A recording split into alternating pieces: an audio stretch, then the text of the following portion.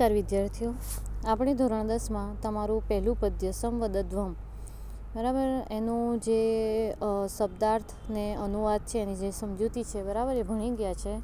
આજે હું તમને એના સ્વાધ્યાય વિશેની સમજ આપું છું. બરાબર, સ્વાધ્યાય કેવી રીતે લખાશે એની સંપૂર્ણ માહિતી હું તમને આપું છું. એના પહેલાં એક વખત આપણે એનો અનુવાદ જોઈ લઈએ. જો પહેલા શ્લોકનો અનુવાદ થશે: સમ ગચ્છધ્વમ સંવદધ્વમ સંવો મનાસી જાનતામ દેવા ભાગમ યથા પૂર્વેશમ જાનાનામ ઉપાસતે.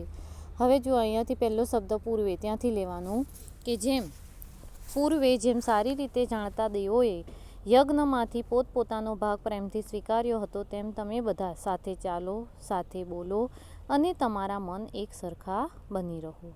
સમગચ્છધ્વમ એટલે કે સાથે ચાલો, સંવદધ્વમ એટલે કે સાથે બોલો, અને સંવો મનાસી જાનતામ અને તમારા મન એક સરખા બની રહો. એવું બીજો શ્લોક છે: વિશ્વાની દેવ સવિત દુરિતાની પરાશુવ. હવે જુઓ, અહીંયા સૂર્ય દેવતા વિશેની વાત કરવામાં આવી છે, પ્રાર્થના કરવામાં આવી છે. સવિત દુરિતાની, બરાબર, એવું થશે: હે સૂર્ય દેવતા, સવિતા એટલે કે હે સૂર્ય દેવતા, તમે દુરિતાની સર્વ દુષ્કૃત્યોને પરાશુ દૂર કરો, જે શુભ છે. યદ ભદ્રમ તન્ન આસુ, જે શુભ છે તે અમને પ્રાપ્ત કરાવો. બરાબર, આવી રીતે બંને શ્લોકોનો અનુવાદ થશે. પછી આગળ જોઈએ ત્રીજો શ્લોક: અનુવ્રત પિતુઃ પુત્ર, એટલે કે પુત્ર કેવો હોવો જોઈએ એની વાત કરવામાં આવી છે. કે અનુવ્રત પિતુ પુત્ર, પુત્ર પિતાના વ્રતની પાછળ ચાલનારો હોય. માત્રા ભવતું શમનાહા, માતાની સાથે સમાન વિચારોવાળો થાઓ. જાયા પત્યે મધુમતીમ વાચમ વદતુ શાંતિવામ, અને પત્ની પતિની સાથે મધુર શાંતિપૂર્ણ વાણીમાં બોલો. પત્ની પતિ સાથે મધુર શાંતિપૂર્ણ વાણીમાં બોલો. પછી જો ચોથો શ્લોક: સર્વે ભવંતુ સુખિનઃ સર્વે સંતુ નિરામયા, એટલે કે સર્વ લોકો સુખી થાવ. સર્વ સંતુ નિરામયા એટલે સૌ નિરોગી થાવ.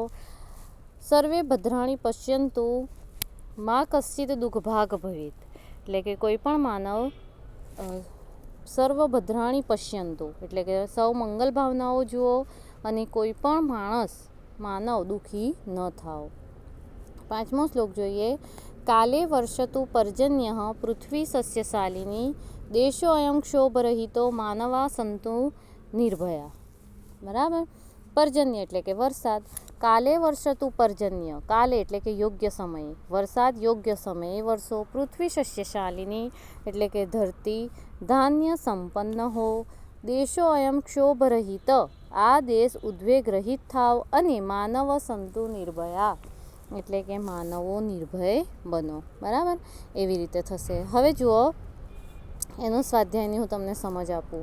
સ્વાધ્યાય કઈ રીતે લખશો? જો પ્રશ્ન નંબર 1: અધોલિખિતેભ્ય વિકલ્પેભ્ય સમુચિતમ ઉત્તરમ ચિનોત.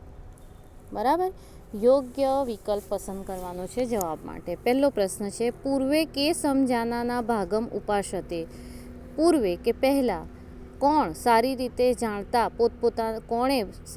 જાણતા પોતપોતાનો ભાગ પ્રેમથી સ્વીકાર્યો હતો. કોણે સ્વીકાર્યો હતો? તો દેવાહા. શું આવશે? દેવાહા. બરાબર, દેવોએ પોતપોતાનો ભાગ પ્રેમથી સ્વીકાર્યો હતો. બીજો પ્રશ્ન છે: કવિ કિમ યાચતે. કવિ કિમ યાચતે એટલે કે કવિ શાની પ્રાર્થના કરે છે? ભદ્રમ. બરાબર, શું આવશે? ભદ્રમ,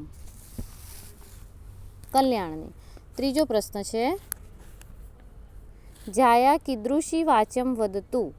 જાયા એટલે કે પત્નીએ કેવી વાણી બોલવી જોઈએ? તો પત્નીએ શાંતિપૂર્ણ વાણી બોલવી જોઈએ, એટલા માટે શું આવશે? શાંતિ વામ. ચોથો પ્રશ્ન છે: સર્વે કીદૃશાહ ભવંતુ. બધા કેવા થાવ? તો બધા સુખી થાવ. તો સુખી માટે સુખી નઃ. પાંચમો પ્રશ્ન છે: પર્જન્ય કદા વર્ષતુ, એટલે કે વરસાદ ક્યારે વરસે? તો વરસાદ યોગ્ય સમયે વરસે. યોગ્ય સમય માટે કયો શબ્દ લેવામાં આવ્યો છે? કાલે. પછી છે છઠ્ઠો પ્રશ્ન: હે દેવ ખાલી જગ્યા દુરિતાની પરાશુ. કયા દેવને પ્રાર્થના કરવામાં આવી છે? સૂર્ય દેવતાને. સૂર્ય દેવતા માટે સવિતર શબ્દ છે. બરાબર. સાતમો પ્રશ્ન છે: પુત્ર ખાલી જગ્યા અનુવ્રત ભવતુ, એટલે કે પુત્ર કોના વ્રતની પાછળ ચાલનારો થાય? તો પિતાની, એટલા માટે પિતુઃ. આઠમો પ્રશ્ન છે: ખાલી જગ્યા નિરામયા ભવંતુ, એટલે સર્વે નિરામયા ભવન્તુ. બરાબર. પછી જુઓ 9મો પ્રશ્ન, સર્વે ખાલી જગ્યા પશ્યંતુ. તો સર્વે ભદ્રાણી પશ્યંતુ. પૃથ્વી ખાલી જગ્યા ભવતુ. પૃથ્વી કેવી બને? ધન ધાન્યથી સંપૂર્ણ એટલે સંપૂર્ણ એટલે સસ્યશાલિની. પૃથ્વી સસ્યશાલિની ભવતુ. બરાબર. પછી જુઓ આગળ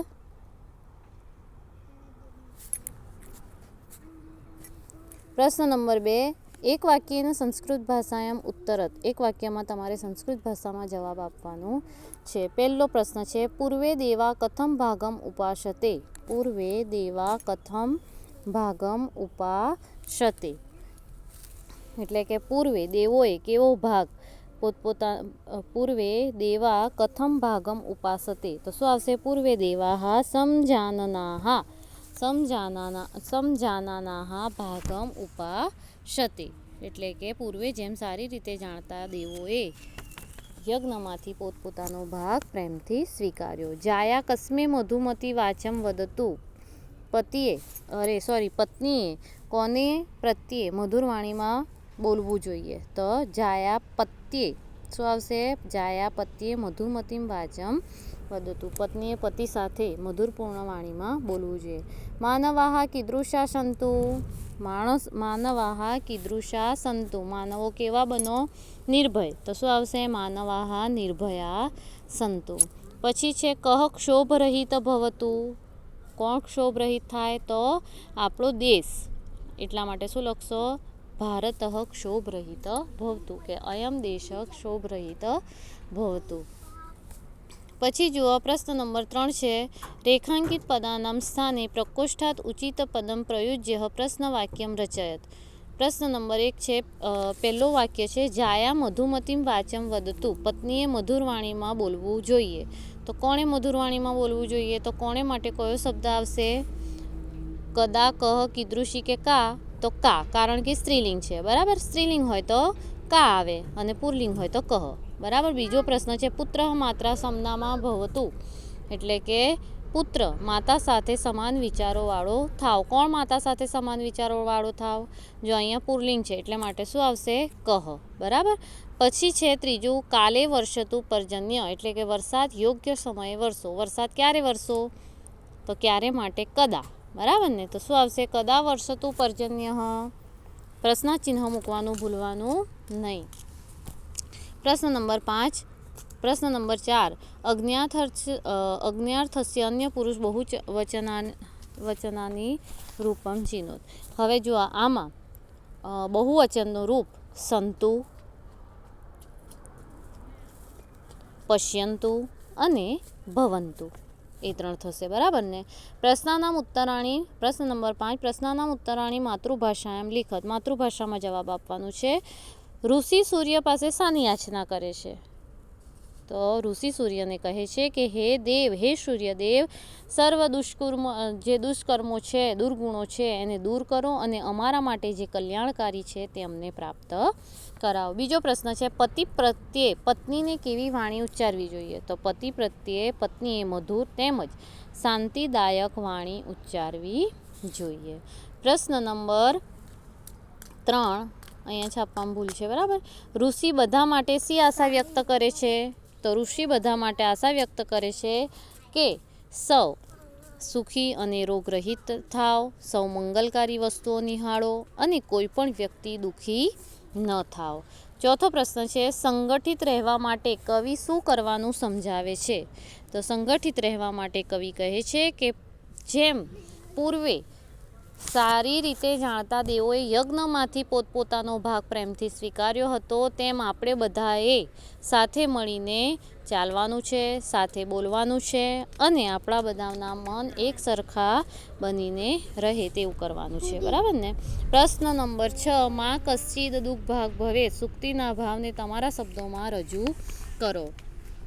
તો તમે આ પંક્તિમાં લખી શકો કે માં કશ્ચિદ દુઃખ ભાગ ભવેત એ સુક્તિ કોઈ પણ વ્યક્તિ દુઃખી ન થાઓ એવી પ્રાર્થના અહીંયા કરવામાં આવેલી છે. આ પ્રાર્થનામાં કવિ સમગ્ર દેશનું હિત અને કલ્યાણ થાય એવી કામના વ્યક્ત કરે છે. આ દેશનો કોઈ પણ નાગરિક અભાવગ્રસ્ત જીવન ન જીવે, સૌને જીવન જરૂરિયાતવાળી બધી જ વસ્તુઓ મળી રહે, સર્વ મનુષ્યો પરસ્પર સ્નેહ ભાવથી જીવન વિતાવે અને એકબીજાના સુખની જ કામના કરે. પ્રશ્ન નંબર 7, શ્લોક પૂર્તિ કુરુત. બરાબર, આ શ્લોકો બંને તમારે તૈયાર કરવાના છે. સમ ગચ્છધ્વમ સમ વદધ્વમ સમ વો મનાસી જાનતામ દેવા ભાગમ યથા પૂર્વે સમ જાનાનામ ઉપાસતે. બીજું છે સર્વે ભવંતુ સુખિનઃ સર્વે સંતુ નિરામયા સર્વે ભદ્રાણી પશ્યંતુ માં કશ્ચિત દુઃખભાગ ભવેત. જો હવે આવી રીતે આખું જ સ્વાધ્યાય તમે તમારી નોટબુકમાં લખજો. અસ્તુ.